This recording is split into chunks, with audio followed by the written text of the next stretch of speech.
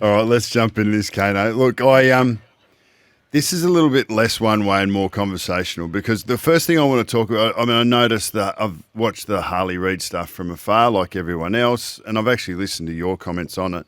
And West Coast and the West Coast media are going really hard on it. Is it any bigger than other number one draft picks, though? I don't really believe that there's any more pressure on this kid than there was on a handful of other number one picks. Bucks, how can It just you, how happens can to you be say the, that it just this guy, happens to be the most recent one.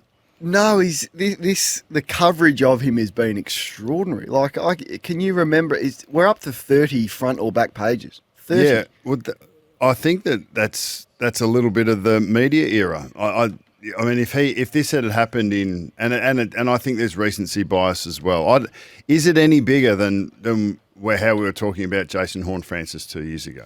In my mind, no, because we're in the guts of it. This is why being a number one pick is actually really tough because you have to be more than just a great footballer to be a success as a number one draft pick. You need to have the wherewithal and the emotional regulation to be able to handle it. I think this is bigger. Maybe it is recency bias for me, but I don't think it's anything like the Jason Horne-Francis coverage, and he's had to deal with it right throughout the year. I remember writing an article for The Age during the year saying that he should refuse to go to West Coast. Then there was the Sam McClure piece. Then there was, are they trading pick one? Are they going to get a suite of picks for it? Should they hold him? Should they take him? They take him. And then since he's been there, every person associated with the Eagles that he's up in front of the media is asked about him. Those answers are turned into front and back page stories. I feel a bit, and once again, it's no one's fault, as I've said, because clearly that's the appetite, and that's what we want to read about. Otherwise, the news outlets wouldn't print it, and they're not going to print stuff that people aren't interested in. So there's no fault, there's no blame. There's no blame on Harley, there's no blame on his management, there's certainly no blame on the press. But it is a really tough start for him. It is, but I mean, I've lived this not as a 17, 18-year-old, but as a 20-year-old. I've lived it. I know what it's like to be in this position. So some characters will just put their head down and footy's all that matters, and they'll just grind their way through it. Others will struggle. The guys that I sort of like, I think back to Matt Rowell in 19. Like he there was big raps on him. Remember coming in and changing things, and his first 6 games were as good as any. But we've allowed him to find his level, and his best football is ahead of him. Tom Scully back in 09, like the raps on him were huge. He was going to revolutionise the game with his running and the way he went. Now, he didn't quite make that level, played at 3 clubs in the end. Tom Boyd was one. He trained with us as an under-16, as a young kid that was going through the AIS, and he trained with us, and he looked amazing. But once again, it's more than size and strength, and he has spoken bravely about his challenges and his mental state, and I've got no doubt that part of where he got to was the pressure that we're putting a Harley Reid through. That it's not the media's fault because you're just talking about issues in the game, but we do build up young players to a level that not all of them can reach. And has he landed in the worst spot? Is he landed in because they're looking for any glimmer of positivity, and it's going to be tough. So compare that to Nick Dacos. Now the scrutiny on Nick is huge, but it's nothing like what's on Harley Reid. I said it last week. Nick Dacos, how many times is he on the back page of the paper? A couple of times a year. This guy's been on the back page 30 times, and he hasn't played a game yet. And we can focus on other issues with Collingwood and the players around him and the support staff and Craig McRae and what he's done. And the success helps. But when you come in, has he landed in the worst spot possible for him? Yes, number one picks do land in the worst spot possible. Not always. Generally, they're teams that are that finished last year, but not all of them are as not. I was going to say institutionally bad, but West Coast's last couple of years have been tragic.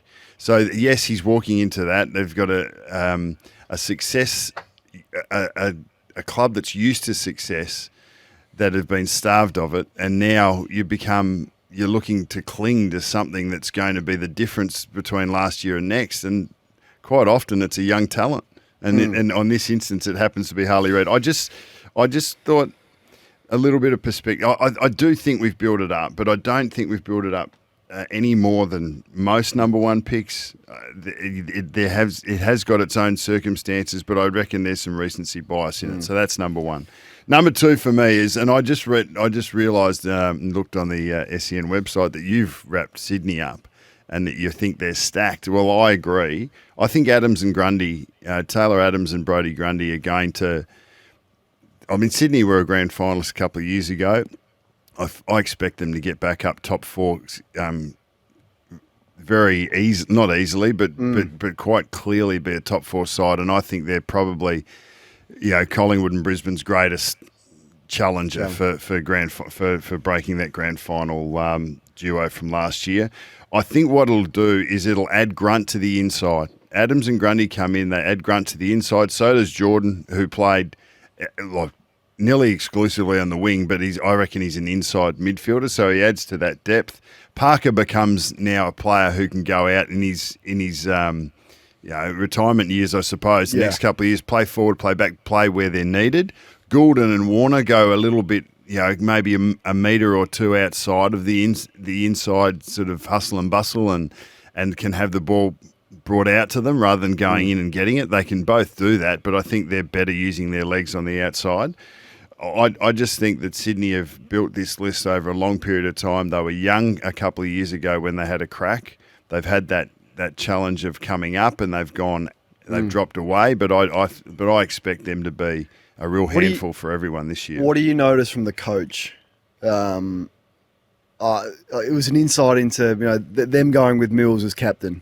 There was pressure from outside. Okay, what happened in Mad Monday? Does that cost him a leadership position? Well, not only did it not cost him a leadership position, they've gone, nah, you're the guy. You're our main guy. So I just think John Longmire and his leadership, and he just knows his team and himself so well. If he's not the best coach in the league for me, he's in the top three. What do you notice from him and what he does well? And is that one of the reasons you're banking on them to be successful this year?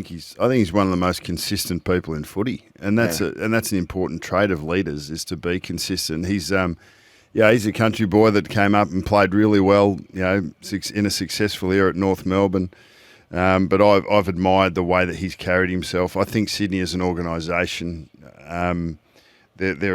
they're an egoless organisation, and they spread the load. They bring in people who are good at their jobs, and they let them do what they're good at. And I think that they're in great hands. One to watch too. I love Sheldrick as a player. That young kid, we saw a little glimpse of him. He's still only 20 now, but I think he's going to be a legitimate gun of the competition in the next 3 or 4 years. So I'd expect him to come through, and they just keep bringing him through, don't they? Campbell, Goulden, we see the academy kids that have come through, and they've made the most of their competitive advantages, and all credit to them. What I like is the mix of youth and experience, and their youth has now got 3, 4, 5 seasons under their belt. They're not first, second year players. They're Goulden, I think, since year 3, and Warner would be similar. Logan McDonald's been around for a while, so that youth, there's McInerney, there's leg speed, but then there's the experience to guide them through. So the demographic of their list is good. What's your last one? The last one is, I'm going to read out three pairs to you, and I want you to tell me where I might be going with it. Brady and Belichick, Hodge and Clarkson, Selwood and Scott. Where am I going? Great leaders, both captain and coach. And what happened with when Brady left? What was the view of Belichick? That he can't win without Brady. When Hodge left, what happened with Clarko? Well, they didn't win in September anymore. No, and I reckon the departure of Joel Selwood. We discussed it a little bit, but I think it's only been 12 months. But I just think that there's certain, and I think this way with Pendlebury and Collingwood a little bit, that Collingwood's biggest challenge is going to be when Pendle steps out, or he finishes, and maybe even a Steele Cyber, but mainly Pendles. But I just wonder what this year's going to look like for Geelong. I think I saw them suggesting that Chris Scott can't win without. No, I'm not. But I'm saying that I think that it's probably at Geelong it's going to be tough for Chris Scott, but also for Geelong. I think we underestimated the loss of Joel Selwood, if you could ever do that. And I think it was compounded by Cam Guthrie pretty much not playing at all through the year.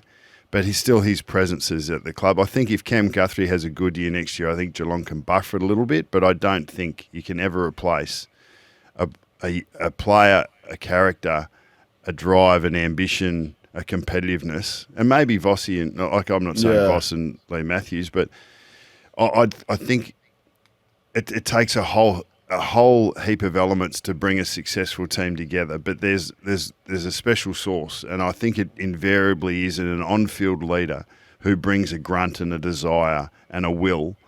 And I just remember when Geelong ran out in the field in round one, there was like Danger was leading them, and there was smiles on their faces, I just thought, wow, it's not that's an immediate contrast to Joel Selwood. Now you can't try and be Joel Selwood, but I think you miss that drive and energy, and I'd be fascinated to see where Geelong go this year, even 12 months down the track, because I think it's hard to replace. It's impossible to replace, and I think there's still some pain for them before they turn around. How much is it just where they're at? Like, it just eventually it catches up with you. And how much? So do you put weight on that as well, or is you think it's largely their struggles down to the absence of Selwood? No, I think everyone has their time, but I think Geelong I've always thought they've had competitive advantages, as we've spoken about Sydney, with their home ground, and I think they can maximise that again, and the shape of the ground, and I think they're a great, well-run organisation also. But I know that you've mentioned you think Chris Scott will go to Brisbane and be Brisbane's next coach, and that's a big call, given that, and he may well be, but Chris Fagan's been excellent for that club and been so consistent for them. But maybe it's time. Yeah, I think the clubs have their time, coaches have their time, and you might be on the ball there in regards to moving at some point in the near future. Yeah. So the market expectation is that Geelong win 11.5 games this year. Is this your market? No, this is just the I guess where the average person that bets on football, I guess, sees the market. They won 10 last year with a draw. They play 9 games at home. Would you be thinking they win over or under 11.5? So do they get to 12 wins? I don't see them as a finals team. I think they've got the scope to be as low as 8 wins, and I think their highest is about 12. Yeah, I think that's where I'd have them. So on the balance of that, I'd have them as an under. As an under. All right. What do you think about that? Which is a big call given their home games. It is a big and the quality of their coach and the pride of their experienced players. You just came in, you said you're not going to make the big calls, and you've just dropped that ass. Yeah, it's brilliant. You said you want to temper it down. I love it. Well, I just think it's just so hard to replace. Like it's not the talent level on field. It's the absolute drive and ambition. It's the ability to pull everyone together, and can't measure it. No, it's very hard to do. But watch this space.